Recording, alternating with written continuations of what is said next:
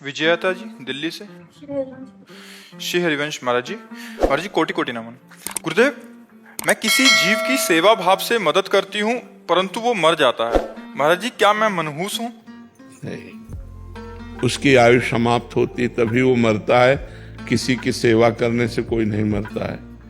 उसकी आयु समाप्त है तो जैसे हम उसकी से किसका प्रश्न है, उसकी आयु समाप्त है तो हम उस किसी की सेवा की, वो मर गया, उसकी आयु समाप्त है। बिना आयु समाप्त हुए कोई थोड़ी जा सकता है, उसको भोगना पड़ेगा। वो चाहे कीड़े पड़ जाए, जब तक आयु नहीं समाप्त है तब तक नहीं मर सकता। और आयु समाप्त चाहे अमृत पिला दो फिर भी मर जाएगा।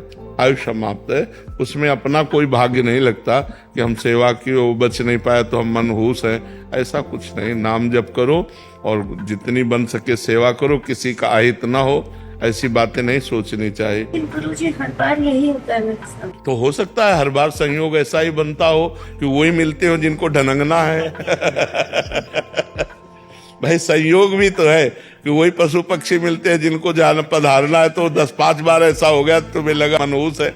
ऐसा नहीं है, ऐसी सब बातें नहीं माननी चाहिए। और ऐसी बातें दिमाग में बैठा लो तो डिप्रेशन हो जाएगा। गुरुजी जिसको पता चलता ना वो कहते हम आपके घर भी नहीं आएंगे, टच कर दोगे तो मर जाएंगे। राधा राधा, अरे ऐसा कुछ नहीं होता।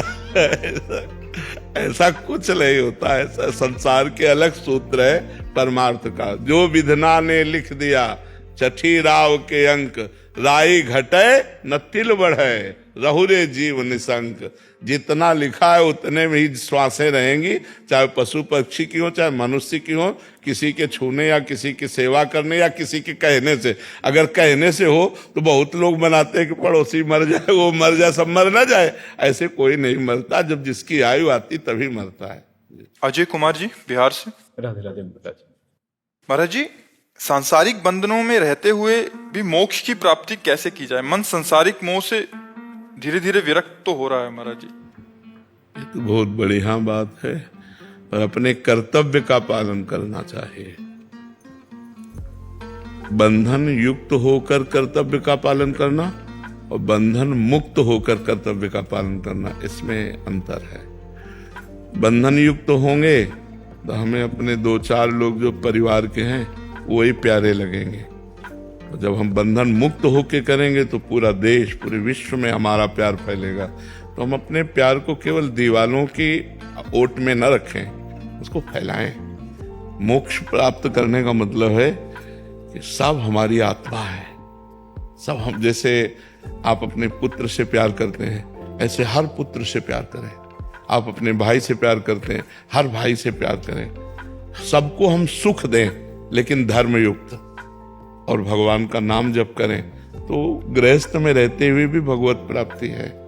और यदि हम भगवान का नाम जप न करें, शास्त्र स्वाध्याय न करें, संतों की बात न सुने, तो वहीं बंधे फंसे रहेंगे, उतने में ही रहेंगे।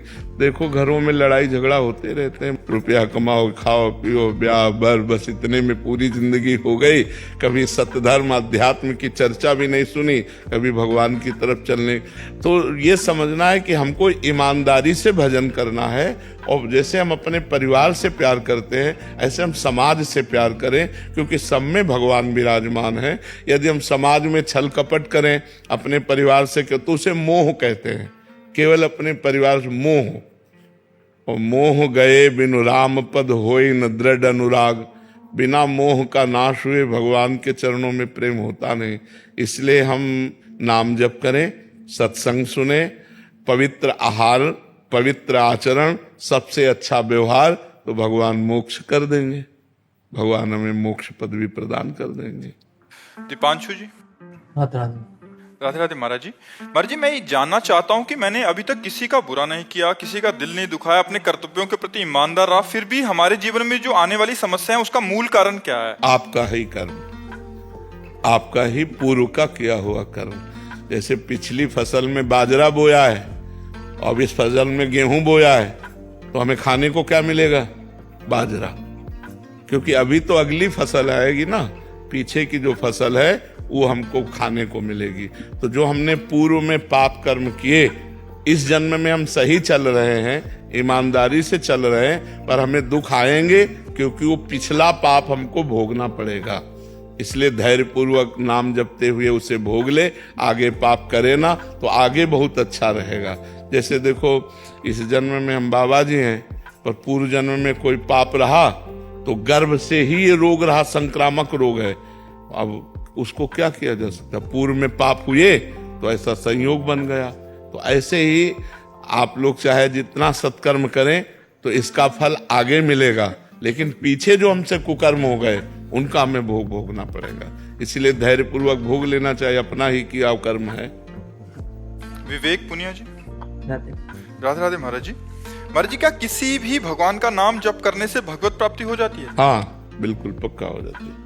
भगवान के किसी भी नाम का, सीताराम, शिव, दुर्गा, राधा, जो भी नाम प्रिय लगे उससे भगवत प्राप्ति होती है। मनोज कुमार यादव जी। जी राधे राधे राधे राधे महाराज जी। महाराज जी, मेरा मन बहुत अशांत रहता है। कोई भी काम बन जाए तो ठीक, काम ना बने तो ठीक, एक जैसा मन रहता है। हमेशा कोई बात देखो, हम आपको सच्ची बात बताते हैं, जब तक हमारे अंदर पाप रहेगा तब तक वो हमें सुखी नहीं होने देगा। मान लो आपका काम बन गया है तो निगेटिव सोचवा के आपको परेशान करेगा, ऐसा ना हो जाए, कहीं ऐसा ना हो जाए, अगर ऐसा हो गया तो फिर क्या होगा। वो मतलब निगेटिव इतना नकारात्मक सोच फैला देगा कि जो आपको लाभ मिला है उसका आप आनंद नहीं ले पाओगे। तो उस पाप को नष्ट करने के लिए उपाय भगवान का नाम संकीर्तनम यस्य सर्व पाप प्रणाशनम। भगवान का नाम समस्त पापों को नष्ट कर देता है। तो आजकल काउंटर चला है, काउंटर लो और राधा राधा, राम राम, कृष्ण हरि, जो नाम प्रिय हो तो जपो, देखो आनंद आने लगेगा। पाप नष्ट होते ही सकारात्मक सोच होने लगेगी। अगर सकारात्मक सोच हो, पॉजिटिव हो, तो विपत्ति में भी हम आनंद से निपट सकते हैं। और अगर निगेटिव नकारात्मक सोच हो तो हम संपत्ति होते हुए भी परेशान हो सकते हैं। बड़ी मन समस्याएं पैदा कर देता है। कहीं ऐसा हो गया तो होना नहीं है। अब वो सोच के परेशान हो रहा है। अगर यही सोच हम नाम में लगा दें, यार जो होना होगा सो होगा, देखा जाएगा, राधा राधा राधा, और मस्त पॉजिटिव चिंतन, तो आनंद आ जाएगा। नमक रोटी खा के भी आनंद रहेगा और पंखा में भी आनंद रहेगा। और अगर निगेटिव चिंतन है तो एसी में भी बैठ के जलोगे, रबड़ी खा के भी असंतुष्ट रहोगे। इसलिए नाम जप करो जो अंदर के सिस्टम को सुधार दे। अंदर के सिस्टम की बाहरी दवा नहीं है, अंदर के सिस्टम की भगवान के नाम की दवा है। जासु नाम भव भेषज, भेषज माने औषधि, जासु नाम भव भेषज हरन घोर त्रिशूल। जिनका नाम दैहिक, दैविक, भौतिक तीनों तापों को नष्ट करने वाला, सब पापों को नष्ट करने वाला और आवागमन के चक्र को रोक देने वाला, उन भगवान का नाम जप करो, खूब नाम जप करो। इंस्पेक्टर अखिलेश मिश्रा जी। श्री हरिवंश जी। श्री हरिवंश महाराज जी। महाराज जी, भगवदाकार वृत्ति होने से सुख दुख का प्रभाव नहीं होता, ऐसा आपके सत्संग में सुना है। महाराज जी, भगवदाकार वृत्ति कैसे हो, कृपया रास्ता बताएं। हाँ, जब हम खूब भजन करते हैं ना तो हमारी वृत्ति जब बार बार प्रभु में लगती, बार बार प्रभु में लगती, तो प्रभु आनंद सिंधु है, तुम्हारे हृदय में आनंद आ। और जहां एक बार आनंद आया तो आनंद के लोभ से मन प्रभु में एकदम स्थिर होने लगता है, प्रभु में लगने लगता है। वैसे इसका स्वभाव आनंद की खोज संसार में करने की है, पर अगर कहीं भजन के बल से प्रभु में आनंद का अनुभव कर ले तो फिर भगवदाकार वृत्ति होने लगती है। जब हम बार बार अव्यावृत भजनात्, बार बार आवृत्ति भजन की कर रहे, राधा राधा राधा राधा, तो हम जो सोचते हैं वो वही सोच पाते हैं, जो सुनते हैं, जो बोलते हैं, जो देखते हैं। हमारी सोच वही होती है जो हम सुनते हैं, जो देखते हैं, जो बोलते हैं। तो हम बार बार नाम को ही देखें, नाम को ही सुने, नाम को ही बोलें, तो हमारी भगवदाकार वृत्ति हो जाएगी। अब बराबर नाम में मन नहीं लगता, इसलिए थोड़ी देर कथा सुन लेते हैं, थोड़ी देर सत्संग सुन लेते हैं, थोड़ी देर सेवा कर लेते हैं, थोड़ी देर व्यवहार भी कर लेते हैं, भगवत भाव से नाम जप कर लेते हैं। तो ये सब जो अभ्यास है साधन का, ये वही भगवदाकार वृत्ति करता है। कठिन, मुश्किल नहीं है। यदि हम बार बार प्रयास करते रहें नाम जप करने का, तो देखो पहले से अब देख लो अंतर है ना, तो अब से आगे अंतर पड़ जाएगा यदि अभ्यास आपका चलता रहा। समस्या में अभ्यास टूटने लगता है। जैसे कोई समस्या आती तो हमारा चिंतन खिंचता है, कोई विपत्ति आई, कोई प्रतिकूलता आई तो हमारा चिंतन खिंचता है, और उस समय संभालने की जरूरत है। अनुकूलता में विषय सेवन, सम्मान, लोकप्रियता ये बढ़ती है। प्रतिकूलता में एकमात्र भगवान की तरफ ही मन जाता है कि अब कोई सहयोगी नहीं है तो भगवान ही हमारे सहयोगी हैं। तो भजन में प्रतिकूलता अच्छी मानी गई है, पर भगवान से प्रार्थना करें कि प्रतिकूलता दो तो इतनी सामर्थ्य दो कि सह जाएं, हमारा अन्य चिंतन न हो, हम टूट न जाएं। नहीं तो ऐसी ऐसी प्रतिकूलताएं आती कि आपको अविश्वास हो जाएगा, हमारा सब कुछ ऐसा, अब आपका सब कुछ नहीं है, अब उनका सब कुछ है, वो जैसे चाहे तैसे। और सब भक्तों को ध्यान रखना, भगवान की 3 लीलाएं होती हैं, सृजन, पालन और संहार। ये सबके जीवन में होगा।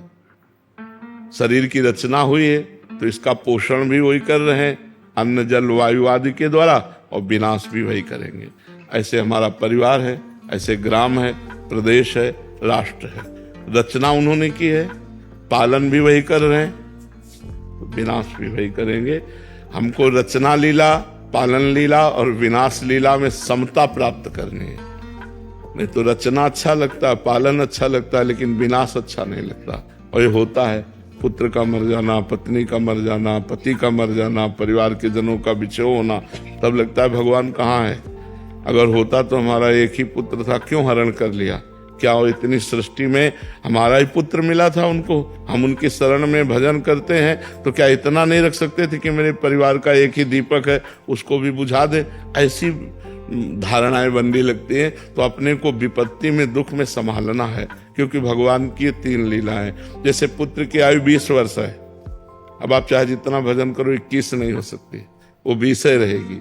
जो विधना ने लिख दिया 6 राव के अंक, राय घटे न तिल बढ़े रहुरे जीव निशंक, उसको उतना ही रहना है। तो कभी कभी ऐसी विपत्तियां आती हैं, ऐसे दुख आते हैं जिसमें हमारी भगवदाकार वृत्ति का जो हम अभ्यास कर रहे हैं उसमें विक्षेप पड़ने लगता है। तो हमें चाहिए उस समय हम धैर्यवान बने। वही होगा जो प्रभु चाह रहे हैं, वही होगा जो प्रभु चाह रहे हैं, वही होगा जो श्री जी चाह रही हैं। श्री जी मंगल चाहती हैं, कभी अमंगल नहीं हो सकता। राधा राधा राधा राधा, समय आया है, कट जाएगा। और उस समय आपकी भगवदाकार वृत्ति में विक्षेप नहीं पड़ा, क्योंकि आपका चिंतन रहा। तो आगे आनंद जब आएगा तो भगवदाकार वृत्ति उदय होने लगेगी। तो ये अभ्यास, दुख और सुख में चलते फिरते, खाते पीते, उठते बैठते, हर समय प्रभु का चिंतन करना। कभी रूप का ध्यान, कभी लीला कथा सुन रहे, कभी सेवा, कभी भजन, कि हम हर प्रकार से अपने चित्त को प्रभु में जोड़े। सुरेंद्र कुमार जी, लखनऊ से। महाराज जी सादर वंदन। महाराज जी कृपा कर बताइए कि भक्ति करते हुए आत्मविश्वास कैसे बना रहे और अहंकार भी ना आए। वही भक्ति ही बढ़ाती है विश्वास। बिन विश्वास भगति नहीं, ते बिन द्रवहि न राम, राम कृपा बिनु सपने जीव न लह विश्राम। जब हमारा भगवान से अपनापन हो जाता है तो हमारा विश्वास दृढ़ हो जाता है। बिना श्रद्धा विश्वास के तो भक्ति मार्ग में प्रवेश ही नहीं है। भवानी शंकरो वंदे श्रद्धा विश्वास रूपिणो, याभ्याम बिना न पश्यन्ति सिद्धा स्वान्तास्तमीश्वरम। श्रद्धा विश्वास के बिना हृदय में विराजमान भगवान है, पर हम कहाँ अनुभव कर पाते हैं। तो हमारा श्रद्धा विश्वास भक्ति से ही बढ़ेगा। जैसे जैसे हमें भजन करते हुए अनुभव होगा वैसे विश्वास होता जाएगा। कई घटनाएं जीवन में ऐसी आई कि जिसमें केवल भगवान ही निवारण कर सकते थे। तो जैसे ही निवारण हुआ तो हमारा विश्वास और बढ़ गया, जैसे ही निवारण हुआ तो हमारा विश्वास और बढ़ता चला गया और समर्पण होता चला गया। तो कभी कभी माया ऐसा विक्षेप करती कि जहां हमें विश्वास करना चाहिए वहां वो ऐसी लीला कर देगी कि हमें अविश्वास हो जाए। पर हमको अपने भगवान से विश्वास बनाए रखना है। अगर विश्वास नहीं रहा तो हमारे पास कुछ नहीं रह जाएगा। और जैसे भक्त लोगों को लोग ठग लेते हैं, तो विश्वास के कारण ही तो ठग लेते हैं, फंसा लेते हैं विश्वास के कारण। जैसे आप कहो कि आज हमने देखा आम जो है वो नीम की तरह कड़वा था, तो हम विश्वास मान लेंगे, होगा, ऐसा हो सकता है, क्योंकि हमारा विश्वास ही सब कुछ रहा है। तो तुम जो बोलोगे हम विश्वास मान लेंगे। संसार का व्यक्ति क्या होता है, वो हर बात पे तर्क करता है, हर बात पे प्रश्न खड़ा करता है, हर बात में संशय खड़ा करता है। और जो भक्तजन होते हैं उनके अंदर संशय नहीं रह जाता, वो विश्वास ही उनका सब कुछ हो। इसीलिए कभी कभी ठगे जाते हैं भक्तजन, कभी कभी उनको लोग बावरा समझ लेते हैं, वो बावरे नहीं है, वो बहुत बड़ी वस्तु प्राप्त किए हैं, भगवान के विश्वास में है। कई बार लोग उनको फंसाने की चेष्टा करते हैं, तो उनका फंसना भी मोक्ष है, उनका फंसना भी, क्योंकि वो विश्वास, कबीरा खुद को ठगाइए। तो जब हम भक्ति करते हैं तो हमारा स्वभाव ऐसा बनता जाता है कि भगवान पे तो जाने दो, हर एक पर विश्वास हो जाता है, हर एक पर विश्वास हो जाता है। बस यही तो भगवान की कृपा होती है कि जब भक्ति और बढ़ती तो जैसे हर एक पर विश्वास हो जाता है, हर एक भगवान नजर आने लगता है, इसमें भी भगवान, इसमें भी भगवान। तो ये भक्ति ही पहले हमें श्रद्धा करना होता है और संतों के वचन सुनकर भगवान पर विश्वास करना होता है, फिर विश्वास दृढ़ हो जाता है, और जहां दृढ़ विश्वास हुआ तहां भक्ति महारानी का प्रभाव प्रकाशित हो गया, हृदय आनंद से भर जाता है। पर विश्वास, भगवान से ये प्रार्थना करे कि चाहे जितना कष्ट देना, विश्वास न टूटने पावे। एक बार किसी बात पे हम बहुत चिंतित थे, तो एक पागल एक छड़ी लिए था और ऐसे घुमा रहा था, और हमारे सामने आया, ऐसे गा रहा था, ऐसी शक्ति हमें दे न दाता, मन का विश्वास कर।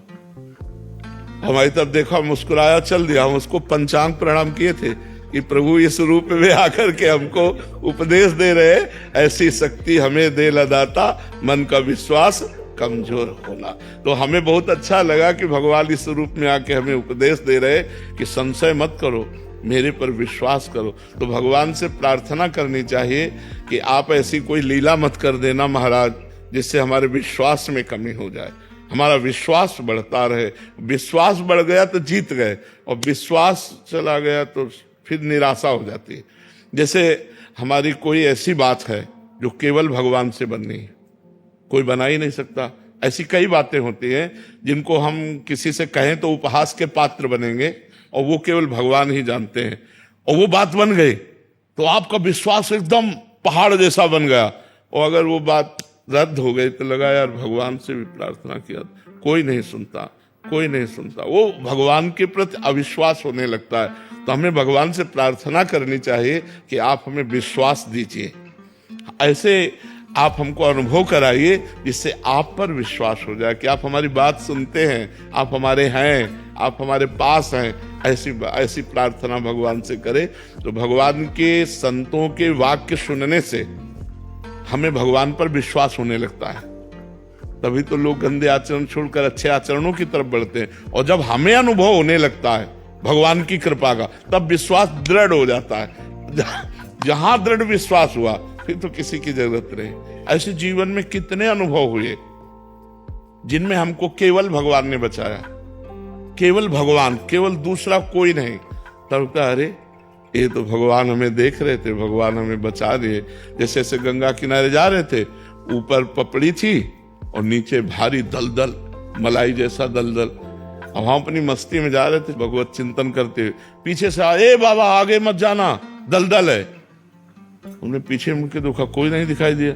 आगे छड़ी जो थी, जो ऐसे छड़ी किया, अरे हमको आप बताओ यहाँ कौन आता निकालने, यहाँ कौन आता निकालने। भगवान ने आवाज दी और कोई दिखाई नहीं दिया, और हमें लगा मेरा मालिक मेरे साथ है, वो मुझे देख रहा है। वही कृपा कर। तो हमें लगता है कि अगर हम भगवान से प्रार्थना करें कि आप हमारे विश्वास को कभी न तोड़ना, नाथ हमारा विश्वास बढ़ता जाए, ऐसी शक्ति हमें दे न दाता, मन का विश्वास कमजोर हो। विश्वास कमजोर हो गया तो फिर किसी के समझाए नहीं समझोगे आप। आपका विश्वास उठ गया तो फिर भक्ति फिर नहीं रहेगी। विश्वास ही तो सारा खेल है। हम देखो भगवान के श्री विग्रह में या भगवान के चिन्हों में जो भाव समर्पित करते, तो हमारा विश्वास है ना कि भगवान स्वीकार करते हैं, तभी तो हम समर्पित करते। जल है, दूध है, भोजन है, आभूषण है, वस्त्र है, कि हम ये जो दे रहे हैं वो भगवान स्वीकार कर रहे हैं। तो हमें हर क्षण अगर विश्वास हो कि मैं जो राम राम जप रहा हूँ, राधा राधा जप रहा हूँ, कृष्ण कृष्ण जप रहा हूँ, भगवान सुन रहे हैं मेरी बात। भगवान पर भगवान कृपा करे और हमारी बात जो है वो सुन ले और हमें विश्वास दे दे कि हमारी बात सुनी जा रही, भगवान हमारे हैं, ये सच्ची बात समझ लो। वही ऐसी कृपा करेंगे कि आपका विश्वास दृढ़ हो जाएगा। अगर वो ना चाहें तो ऐसे मायावी है, माया उन्हीं की तो है कि विश्वास होना कठिन हो जाए। विश्वास होना, एक बार नामदेव जी ने भगवान से कहा, जब कुत्ते में भी भगवान को प्रकट कर लिया, तब भगवान से कहा अब तुम छुप नहीं सकते। विट्ठल भगवान से बातचीत करते थे, तो कहा प्रभु अब तुम हमसे छुप नहीं सकते, अब गुरु की कृपा से हमने पहचान लिया आपको। भगवान ने कहा सही? उन्होंने कहा हाँ, अब तुम छुप नहीं सकते। अब मंदिर में बैठ के भजन करने लगे, तो भीड़ थी, मन में आया मंदिर के पीछे जाएं। तो मंदिर के पीछे गए तो 10-20 लड़के आके गुल्ली डंडा खेलने लगे, वो हल्ला मचा। तो सोचा नदी के किनारे जाएं। नदी के किनारे गए तो वहां बैठ के भजन ही कर रहे थे। इतने में जो है कोल की रात रूप जंगली वो अपने वहां तंबू लगाने लगे और शोरगुल मच गया। तो इन्होंने जाके कहा ए शोरगुल क्यों मचाते हो? अरे बोले दिन भर के भूखे थे, अच्छा मिला, काट करके इसी को खा जाते हैं। और गड़ासा लेकर के पति पत्नी दोनों दौड़े और वो भागे कांच समेट करके अपनी, और भागते भागते विट्ठल भगवान के मंदिर में आए। ऐसे भगवान ने कहा क्या हो गया? अरे बोले पता नहीं कौन कसाई था, वो कह रहे थे काट के खा जे। बोले अभी तो थे। बोले पहचान पाए? जब तुम मंदिर के पीछे गए तो लड़कों को साथ लेके अभी गए, पहचान पाए कि मेरे भगवान खेल रहे हैं। और जब तुम नदी किनारे गए तो हम और रुक्मिणी जी थी, और कौन था? बोले प्रभु आप पहचानना चाहो तो आपको पहचान ले, लेकिन आप ना पहचानना चाहो तो ऐसे रूप है कि पहचाना नहीं जा सकता कि भगवान है। ऐसे रूप, कई कथाएं ऐसी महापुरुषों के जीवन में आती हैं। एक संत भगवान थे, बड़े सिद्ध महापुरुष थे, तो वो काशी से गंगा नहा के चले, तो एक ऐसे कुष्ठ मक्खियां भिनभिना रही ऐसा रूप रख के, और बगल दूर दूर दूर। तो कहा किससे? कौन दूर? कहां दूर? कैसे दूर? कौन दूर? किससे दूर? कहां दूर? बस चरणों में गिर गए तो देखा भगवान विश्वनाथ जी। कौन दूर? कहां दूर? कैसे दूर? किससे दूर? वही आत्मा, वही परमात्मा, सब किससे दूर? कौन दूर? कहां दूर? तो उनके ऐसे रूप है कि हम कहो धक्का लगा दे, हम कहो उनको बाहर कर दे। वो चाहें तो हम पहचान सकते हैं, और वो ना चाहें तो हम पहचान नहीं सकते। वो चाहें तो हमारा विश्वास दृढ़ हो, अगर वो ना चाहें तो हम विश्वास कर ही नहीं सकते। ऐसे लीलाधारी है, ऐसे मायावी है, पूछो मत। इसलिए भगवान की शरण में होकर महाराज आप ही कृपा करो, तब हमारी भक्ति पुष्ट हो, तब हमारा विश्वास पुष्ट हो। मान लो कोई तिलक लगाए, कंठी बांधे, तो इसका प्रमाण है कि वो गंदे आचरणों से बचने की कोशिश कर रहा है। नहीं कह सकते कि गंदे आचरण वाला नहीं है, पर वो कोशिश कर रहा है।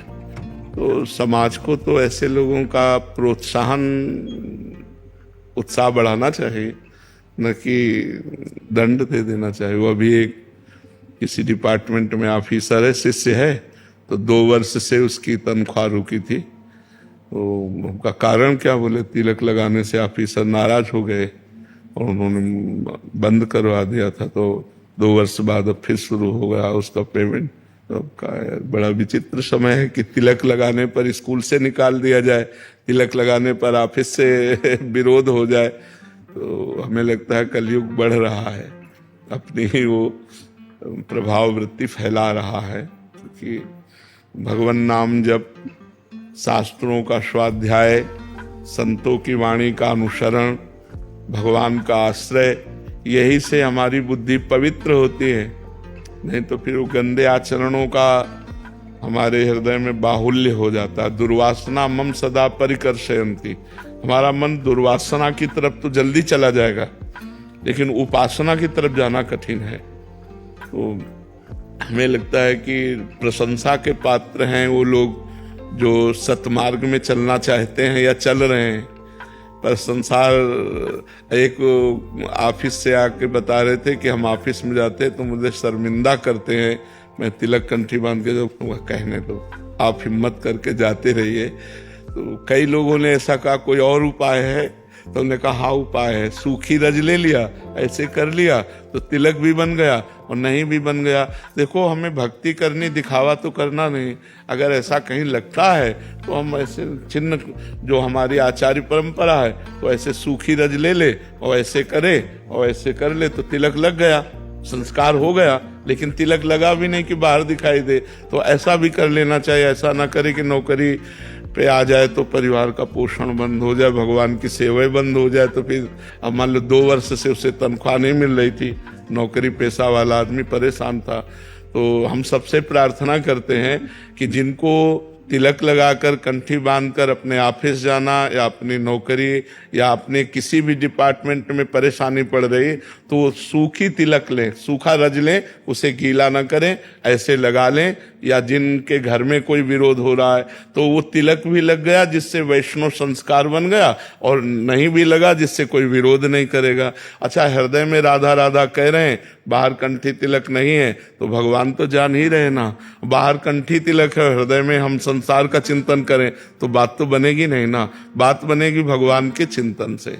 जी निहाल पंचाल जी, राधे राधे महाराज जी। महाराज जी, आप हर दिन इतने सांसारिक और आध्यात्मिक दुख सुनते हैं, संसार का ये दुख आपको कष्ट देता होगा, पर आपके पास प्रभु नाम का बल है। पर हम जब किसी की पीड़ा या दुख देखते हैं, सुनते हैं तो दुखी हो जाते हैं। क्या प्रभु से प्रार्थना करने पर सामने वाले की पीड़ा कम हो सकती है, या हमें किस भाव से रहना चाहिए ऐसे में? भगवान के वचन है, अवश्य में भोक्तव्यम कृतम कर्म शुभाशुभम। जो हमसे शुभ और अशुभ, शुभ माने अच्छे कर्म, अशुभ माने पाप कर्म, वो बन जाते हैं, वो भोगने ही पड़ते हैं। अगर उनका प्रारब्ध नहीं बना है तो संचित भस्म हो सकते हैं, और जो हमसे नए हुए हैं क्रियमाण, ये नष्ट हो सकते हैं, लेकिन प्रारब्ध नष्ट नहीं हो सकता। अगर प्रारब्ध दुआओं से नष्ट होता, आशीर्वादों से नष्ट होता, तो यहाँ आकर के सैकड़ों गृहस्थ जन हमें आशीर्वाद दे गए, सैकड़ों संत जन आशीर्वाद दे गए, स्वस्थ रहो ऐसा। लेकिन डायलिसिस होता है, किडनी खराब है, कष्ट शरीर में रहता है। अवश्य में भोक्तव्यम कृतम कर्म शुभाशुभम। हाँ, हम ये सहयोग कर सकते हैं कि भगवान से प्रार्थना करें कि उसको सहन करने की शक्ति दें। हमारे पास अर्थ हो तो हम उसकी दवा की व्यवस्था करें, जो अन्न धन आदि जो भी व्यवस्था, लेकिन हम किसी के प्रारब्ध को मिटा सकें ऐसा असंभव है। जैसे लोग कहते हैं ना कि हम स्पष्ट वर्णन करते हैं कि भगवान जिनके पुत्र हुए राम जी, उन दशरथ जी से एक अपराध बन गया था, श्रवण कुमार का वध। शब्द वेदी बाण का संचालन करते थे, तो गुड गुड गुड गुड ऐसे घड़ा की आवाज हुई, उन्होंने समझा मृग पानी पी रहा है, तो संधान कर दिया, वो बाण सीधे श्रवण कुमार की छाती पे लगा। तो जैसे श्रवण कुमार के पिता विकल होकर के अपने पुत्र वियोग में प्राण त्याग किए, ऐसे ही महाराज दशरथ अपने परम प्राण प्यारे राम जी के लिए राम राम कहते हुए शरीर त्याग किया। मतलब जो हमारा कर्म बन जाता है वो हमें भोगना पड़ता है। हम तो जीव हैं, वो तो ईश्वर हैं। ईश्वर होते हुए भी विधान वही रखा जो उनका विधान है। ऐसा नहीं कि मतलब महाराज के प्राण बच जाते, पुत्र वियोग में ही प्राणों का विसर्जन हुआ, पर उनके पुत्र राम जी थे इसलिए महामहिम हो गए। महाराज दशरथ जी की महिमा का क्या वर्णन करे, जो राम राम कहे राम कहे, राम राम कहे राम, राम राम उच्चारण करते भगवान के ध्यान में शरीर छोड़ा, वो तो महामहिम है। जिनके पुत्र स्वयं आनंद सिंधु भगवान बने आकर, पर विधान विधान है। इसलिए हम किसी के दुख से दुखी होना ये हमारा मतलब सात्विक हृदय है, पर हम उसके दुख को दूर नहीं कर सकते। उपाय कर सकते हैं, भगवान से प्रार्थना कर सकते हैं, हम अन्न वस्तु औषधि आदि की ये सहायता कर सकते हैं। बकाया मिटाया नहीं जा सकता। अगर मिटाया जाता तो भजन बल से मिट जाता, नहीं मिटाया गया, इसे भोगना पड़े, भोग के ही मिटाया जा सकता है। संगीतकार। अच्छा हमारा जीवन में ऐसा इंसान कहते हैं वो किस लिए आया है इस दुनिया में। मैं शुरू से ये मानता था, हम सब आपस में भाई ये सब मानते थे कि एक दूसरे की मदद करने के लिए आया, जीवन ये है। और इस दुनिया में सबको सत्य सुनने का जितना जितना इच्छा है, लेकिन जब सत्य बोलो तो रिश्ते दूर होते रहते हैं, प्यार दूर हो जाता है, लेकिन सत्य की चाह उतनी है, लेकिन सत्य बोलते ही सब हट जाता है। ऐसा जैसे किसी ने श्राप दे दिया और खत्म हो जाता है इंसान, वो ना कर्म कर पाता है ना अपना काम कर पाता है। थोड़ा सा अगर वो मजबूत हृदय रहे तो सत्य भगवान है, उसका साथ वो केवल भगवान देते हैं। संसार असत्य में लगा हुआ है, इसलिए यदि सत्य में चलोगे तो तुम्हारा पक्ष कोई लेने वाला नहीं मिलेगा, लेकिन वो पक्ष लेगा जिसके पक्ष लेने मात्र से सब पक्षपाती बन जाएंगे। जा पर कृपा राम की हुई, ता पर कृपा करे सब कोई। हाँ, थोड़ा सा व्यवहार में आपको कटुता मिलेगी, सत्य बोलना, सत्य चलना, लेकिन वो परमात्मा जब प्रसन्न हो जाएगा तो सब आपको नमन करेंगे, क्योंकि सत्य को कहीं ना कहीं आदर दिया जा रहा नहीं। यहाँ लोग क्यों आते हैं, एक विचार करो, सत्य के लिए ही तो आते हैं ना। संत महात्मा जो भी ये सत्य मार्ग के हितोपथिक हैं, तो आप जैसे आए तो सत्य बात सुनने के लिए आए, सत्य के दर्शन करने के लिए आए, सत्य को ही नमन कर रहे हैं। तो इस बात को मानिए कि सत्य कभी असत्य नहीं हो सकता और असत्य कभी सत्य नहीं हो सकता। तो जो असत्य को प्रधानता देते वो तुम्हारे मित्र नहीं हो सकते, लेकिन जो सत्य है वो नारायण है, वो हरि है, वो प्रभु है। वो जब साथ देगा तो फिर सबको झुकना पड़ेगा, फिर सबको साथ देना पड़ेगा। इसलिए निराशा ना हो सत्य से, सत्य में दृढ़ बने रहो। आपको हमारी भी उम्र लगे। विनय अग्रवाल जी, कलकत्ता से। राधे राधे महाराज जी। महाराज जी कहते हैं कि मानव जन्म दुर्लभ है और कई सत्कर्मों का फल है, फिर मानव योनि के बाद जन्म मृत्यु के चक्कर से निकल जाएं और परम धाम में चले जाएं, एक विरोधाभास तो नहीं है महाराज जी? कैसा विरोधाभास है? इनका भाव है कि अगर इतना ही दुर्लभ है तो इधर ही होना चाहिए, फिर आगे ये दुर्लभ क्यों है ये तो बात समझो ना। देखो, बड़े भाग मानुष तन पावा, शुर दुर्लभ रहेंगे तब बात समझ में आएगी। अगर पूरी बात रख दो तो विवाद नहीं होगा, पूरी बात में विवाद नहीं होता। तो जैसे आपके मन में प्रश्न है तो पूरी बात नहीं पढ़ा इसलिए प्रश्न है। मनुष्य जन्म दुर्लभ इसलिए, दुर्लभो मानुषो देहो, देही नाम क्षण भंगुरा। ये मनुष्य शरीर दुर्लभ है, लेकिन एक क्षण में नष्ट हो जाने वाला है। तत्रापि दुर्लभम मन्येत वैकुंठ प्रिय दर्शनम, भगवान का दर्शन, भगवान के प्राण प्यारे प्रेमियों का सानिध्य, ये इसकी दुर्लभता है। मनुष्य बन के सत्संग करेंगे, मनुष्य बनकर साधना करेंगे, जिससे हमें भगवान की प्राप्ति हो। देखो, देव दुर्लभ दे ही कही गई, तो कभी कभी देखो यहां से कितनी दुर्गंध आती है। नाक छिड़क के देखो, खखार के देखो, कान से देखो, और नीचे तो मलमूत्र के द्वार है, कौन सी दुर्लभता है। और देवता जहां से निकलते हैं एरिया सुगंधित हो जाती है। अगर देवता यहां से निकल जाए तो घंटों यहाँ का वातावरण सात्विक हो जाएगा, दैवी हो जाएगा, एकदम सात्विक। वहां की एक सुंदरी स्त्री यहाँ आ जाए तो बड़े बड़े ऋषि मुनियों के मन में क्षोभ पैदा हो जाए, अप्सरा। लेकिन कहा गया देव दुर्लभ, किस बात के लिए? क्या इन भोगों के लिए देव दुर्लभ कहा गया? नहीं, देवता भजन नहीं कर सकते भगवान, वो केवल अपने पुण्यों का भोग भोग सकते हैं। और हम भजन करके नारायण को प्राप्त हो सकते हैं, हम ब्रह्म स्वरूप हो सकते हैं। ब्रह्मविद ब्रह्मयु भवति, जो ब्रह्म को जान लेता है वो ब्रह्ममय हो जाता है, इसलिए दुर्लभ है। मनुष्य देह दुर्लभ है, चूंकि इससे भगवत प्राप्ति होती है, इसलिए दुर्लभ है। अगर भगवत प्राप्ति नहीं तो गोस्वामी तुलसीदास जी लिख रहे हैं, जिन हरि भगति हृदय नहीं आनी, जीवित सब समान ते प्राणी। बोले जिनके हृदय में भगवान की भक्ति नहीं, अच्छे आचरण नहीं, परोपकार नहीं, ऐसे लोग मुर्दा टहल रहे हैं, जीते जी मुर्दे के समान अपवित्र हैं। क्योंकि वही भोग वासना, वही पाप वासना, वही। अगर भगवान का चिंतन है, परोपकार की भावना है, सब में भगवत भाव, तो मनुष्य जीवन की दुर्लभता हमें सुलभ हुई। और अगर मनुष्य जीवन मिला हो ये सब तो अच्छा, मनुष्य जीवन में अगर भजन ना हो तो आप बताओ कौन सी श्रेष्ठ बात है?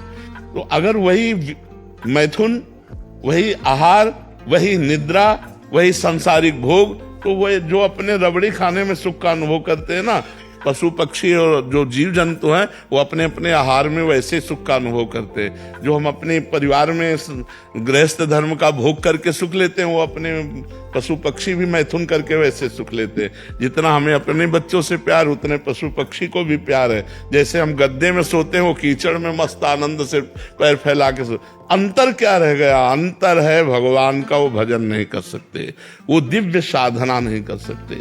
साधना करने के लिए साधन धाम मोक्ष कर द्वारा पाए न जे परलोक संभाल। ये परलोक संभालने के लिए, ये भगवान को प्राप्त करने के लिए, इसलिए देव दुर्लभ देही कही गई। समझ पा रहे हो आप? दीपक जी जबलपुर से। ये करीबन महाराज जी आपके चरणों में दंडवत प्रणाम। महाराज जी मैं पिछले 2 वर्षों से आपका सत्संग एकांतिक वार्तालाप सुन रहा हूँ। आपकी कृपा से भजन करने का भी प्रयास करता हूँ। विगत 2 वर्षों से आपकी कृपा से जीवन सही मार्ग पर चलाने का भी प्रयास कर रहा हूँ। फिर भी मन में एक डर सा बना हुआ है कि जब आप प्रत्यक्ष रूप में विराजमान नहीं होंगे तो हमारे जैसे लाखों युवाओं को कौन संभालेगा, कि हम किनकी वाणी का सहारा लेके इस जीवन की। भगवान की ऐसी लीला है कि इसका नाम है मृत्यु लोक। यहाँ मरना तो पड़ेगा भैया, चाहे हम हो चाहे आप हो, समय आने पर शरीर छूटेगा। तो हमें लगता है कि संतों की वाणी हमारा सहयोग करती है। जो संतों के वाक्य हैं वही हमारे गाइड हैं।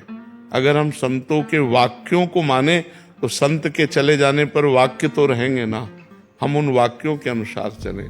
शरीर तो नाशवान है, आज है कल नहीं रहेगा, ये पक्का है। हमारा, तुम्हारा या किसी का भी जब जहाँ जिसका आया उसको शरीर छोड़ के जाना पड़ेगा। लेकिन उनके वाक्य, उनके आदर्श, उनके सिद्धांत हमारे जीवन में पूरे जीवन साथ रह सकते हैं। तो हमें लगता है, हमें जैसे हम बचपन से भगवान के मार्ग में चले ना, तो हमारा थोड़ा तार्किक दिमाग था, इसलिए कह रहा हूं कि पहले, अब तो श्रद्धा से संपन्न हो गया क्योंकि प्रिया प्रीतम की उपासना। पहले सन्यास मार्ग में तो बच्चापन से हमारा तार्किक दिमाग था। किसी व्यक्ति का सानिध्य स्वीकार करना हमारे स्वभाव में नहीं था। दूर से उसका परीक्षण करना, अगर लग रहा है कि हमें है तो फिर तो हम आदर्श किसको माने? तो पूज्यपाद उड़िया बाबा की वाणी, उसको हम जीवन भर अपने पास रखा है। आज भी हमारे पास विराजमान है, जीवन भर पास रखा है।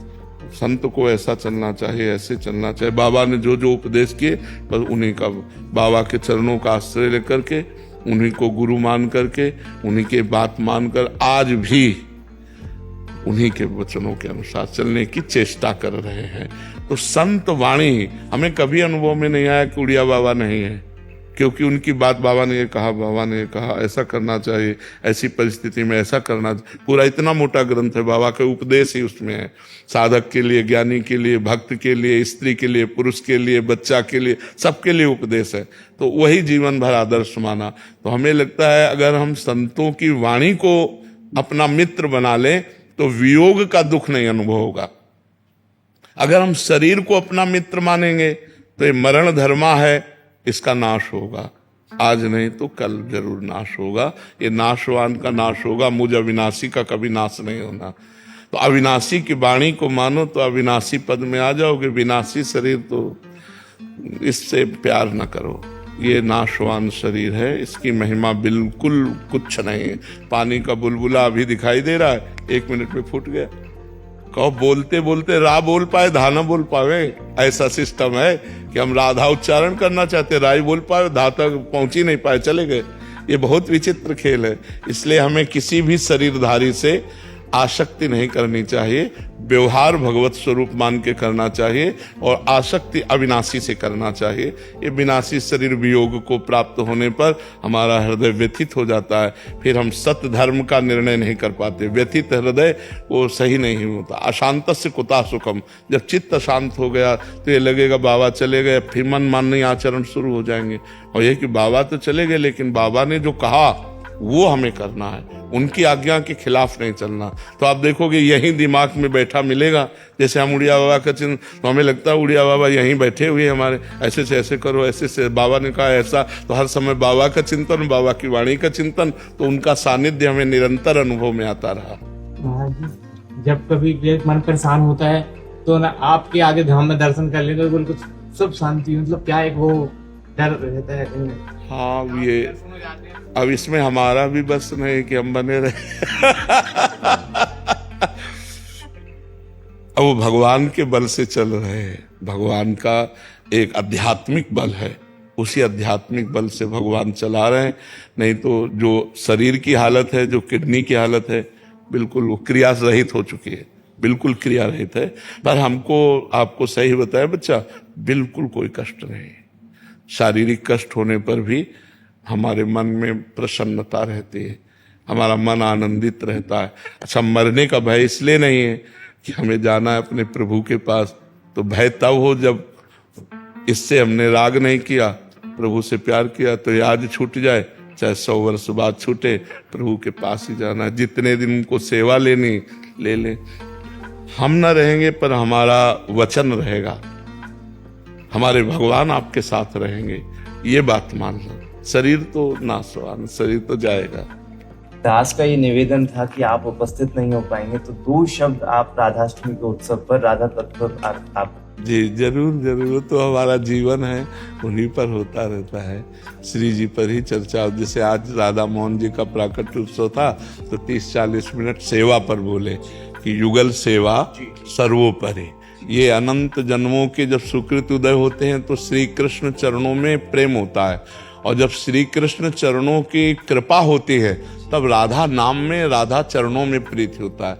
लाल रंगीलो गाइए ताते प्रीति रंगीली पाइए। बिना श्री कृष्ण कृपा के कोई राधा नाम उच्चारण नहीं कर सकता, बिना श्री कृष्ण कृपा के कोई राधा चरणों का आश्रय भी नहीं ले सकता। इसलिए श्री जी ने कृपा करी, लालजू के प्रति जो पहले भाव, लालजू ने कृपा करी श्री जी के प्रति भाव, परस्पर कृपा है। अगर लालजू कृपा करें तो श्री जी के चरणों में प्रेम हो, और श्री जी कृपा करें तो लालजू के चरण।